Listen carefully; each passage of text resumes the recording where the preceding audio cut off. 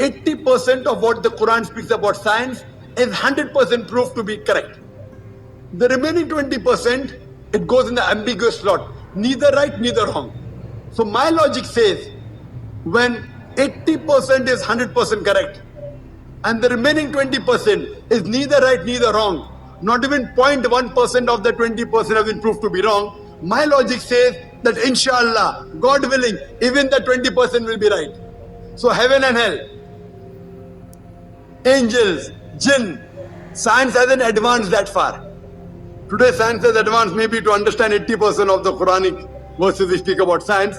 Tomorrow, maybe 50 years later, 100 years later, 200 years later, science will talk about heaven, will talk about hell, will talk about jinn. So my logic says, it's not an illogical belief, it's a logical belief. Doctor Zakir Naik نے کہا کہ میں ایک logical آدمی ہوں، اسی لیے میں یہ یقین رکھتا ہوں کہ قرآن پاک کا جو 20% حصہ رہ گیا ہے سائنس سے ثابت ہونا، وہ بھی جلد ثابت ہو جائے گا، کیونکہ 80% تو ثابت ہو چکا ہے، اور اسی لیے میں جنات، فرشتے، جنت، جہنم، اس سب پر یقین رکھتا ہوں، باوجود اس کے کہ میں اپنی عقل کا پورا استعمال کر کے لاجیکلی یا ریشنلی بھی سوچتا ہوں۔ When 80%, 100% correct, I being a scientific person, I being a rational person, I say that inshallah, God willing, even that 20% will be correct. That is the reason I believe in hell, I believe in heaven, and I also believe in the angels and the jinn. Hope that answers the question.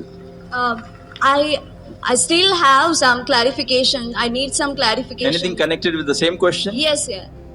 Actually, you said that science also follows or believes in God, or also Islam do that. Then what is the exact explanation that it has given?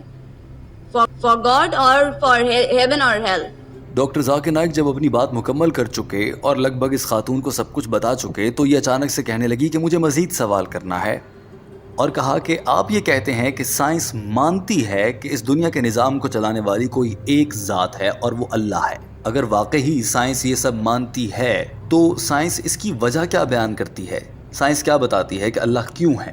Doctor Zakir Naik نے یہ سوال سنا اور وہ کچھ حد تک کچھ برہم نظر آئے، اور مائکروفون پر آتے ہی کہا کہ میری بہن، آپ نے میری ساری بات غور سے سنی ہے؟ جواب میں اس لڑکی نے کہا جی ہاں میں نے سنی ہے۔ پھر ڈاکٹر ذاکر نائک نے کہا کہ آپ نے میرا وہ بیان دیکھا ہے جس میں میں نے یہ ثابت کیا ہے کہ قرآن پاک وہ مذہبی کتاب ہے جو حقیقتاً اس دنیا کے خالق اللہ نے نازل فرمائی ہے؟ تو یہ لڑکی کہنے لگی کہ نہیں، میں نے وہ بیان نہیں سنا۔ تو ڈاکٹر ذاکر نائک نے کہا کہ 2 گھنٹوں کا میرا ایک بیان ہے، اور اس بیان کو میں نے خلاصہ پیش کرتے ہوئے 15 منٹ میں آج بھی سب کے سامنے بیان کیا ہے۔ آپ سے التماس ہے کہ آپ وہ بیان ضرور دیکھ لیجئے۔ اور اس کے بعد ڈاکٹر ذاکر نائک نے کچھ حد تک غصہ کرتے ہوئے اس خاتون سے کہا کہ آپ کو یہ یقین نہیں آ رہا کہ خدا موجود ہے، تو پھر مجھے یہ بتائیں، اگر خدا موجود نہیں ہے، اللہ نعوذ باللہ نہیں ہے، تو پھر یہ قرآن پاک کس نے لکھا؟ وہ قرآن پاک جو کہ یہ بتاتا ہے کہ یہ دنیا گول ہے۔ سائنسدانوں کو تو یہ سب آج معلوم ہو رہا ہے، قرآن پاک نے 1400 سال پہلے کیسے بتا دیا؟ یقیناً وہی ذات بتا سکتی ہے جس نے یہ دنیا بنائی ہے، اسی کو اس دنیا کے بارے میں سب کچھ معلوم ہوگا، اور اسی نے ہی اس قرآن مجید کے نزول کے ذریعے دنیا کے سبھی انسانوں کو بتایا ہے کہ کس طرح سے زندگی گزارنا ہے۔ جو ہی ڈاکٹر ذاکر نائک نے یہ کہا کہ مجھے یہ بتائیں کہ اگر اللہ موجود نہیں ہے تو پھر یہ قرآن پاک کس نے لکھا، تو یہ خاتون فوراً سے کہنے لگی یہی تو میں پوچھ رہی ہوں۔ ڈاکٹر ذاکر نائک نے فوراً سے جواب دیا، ظاہر ہے جس نے یہ دنیا بنائی ہے اسی نے اس دنیا کو استعمال کرنے والی مینول یعنی کہ قرآن مجید کتاب نازل فرمائی۔ اللہ نے نازل فرمایا قرآن پاک، دنیا کا کوئی انسان بھلا یہ کتاب کیسے لکھ سکتا ہے؟ اب یہ لڑکی پھر کہنے لگی کہ اگر یہ قرآن پاک خدا نے ہی لکھا ہے تو کیسے ثابت ہوگا؟ تو ڈاکٹر ذاکر نائک نے کہا کہ وہ میرا 2 گھنٹے کا ایک بیان ہے، وہ پھر آپ سن لیجئے، وہاں پر میں نے ثابت کر دیا ہے۔ میں نے اپنے 2 گھنٹے کے اس بیان میں سب کچھ باقاعدہ ثابت کیا ہے۔ ڈاکٹر ذاکر نائک کا یہ غصے بھرا اور دلائل پر مبنی انداز آپ بھی دیکھ لیجئے۔ Or for heaven or hell? Sister, did you hear my full talk? Yeah. Did you hear my talk which I gave earlier last week? Is the Quran God's word? No, sir. Fine. This is my first one. So in this talk, I spent 15 minutes trying to repeat in a nutshell what I spoke in 2 hours. If God did not exist, who wrote this Quran? Who wrote this Quran 1400 years ago? Talking about... My question is also, then who wrote this Quran? Who wrote it? The Creator wrote it. God wrote it. No human being can write. Sorry? What is the explanation for that? The explanation is my talk of 2 hours, sister. You can take the video cassette. Inshallah, it will give more details about the explanation of God as well as the existence of God, and Quran is the word of God. Hope that answers the question. Sister, you can collect the book also, Quran. اور یوں doctor Zakir Naik کا یہ جواب مکمل ہوا۔ دوستو، team ہم قدم اس ویڈیو کے آخر میں آپ سے کہنا چاہتی ہے کہ آپ کو اس عورت کی یہ بحث کیسی لگی؟ کیا یہ واقعی کچھ مدلل بات کرنا چاہ رہی تھی یا محض ڈاکٹر ذاکر نائک کا امتحان لینے یا پھر ڈاکٹر ذاکر نائک کو اپنی طرف سے ایک چیلنج کرنے کے لیے آئی تھی؟ ضرور کامنٹ کیجئے، اپنی رائے کا اظہار۔ ناظرین، امید ہے آپ کو ہماری ویڈیو پسند آئی ہوگی۔ اگر ہماری ویڈیو پسند آئی ہو تو ہمارے چینل کو ضرور سبسکرائب کر لیجئے گا اور اس ویڈیو کو زیادہ سے زیادہ شیئر اور لائک کیجئے گا اور بیل آئیکن کو پریس کر لیجئے گا تاکہ ہر نئی آنے والی ویڈیو آپ کو بر وقت مل سکے۔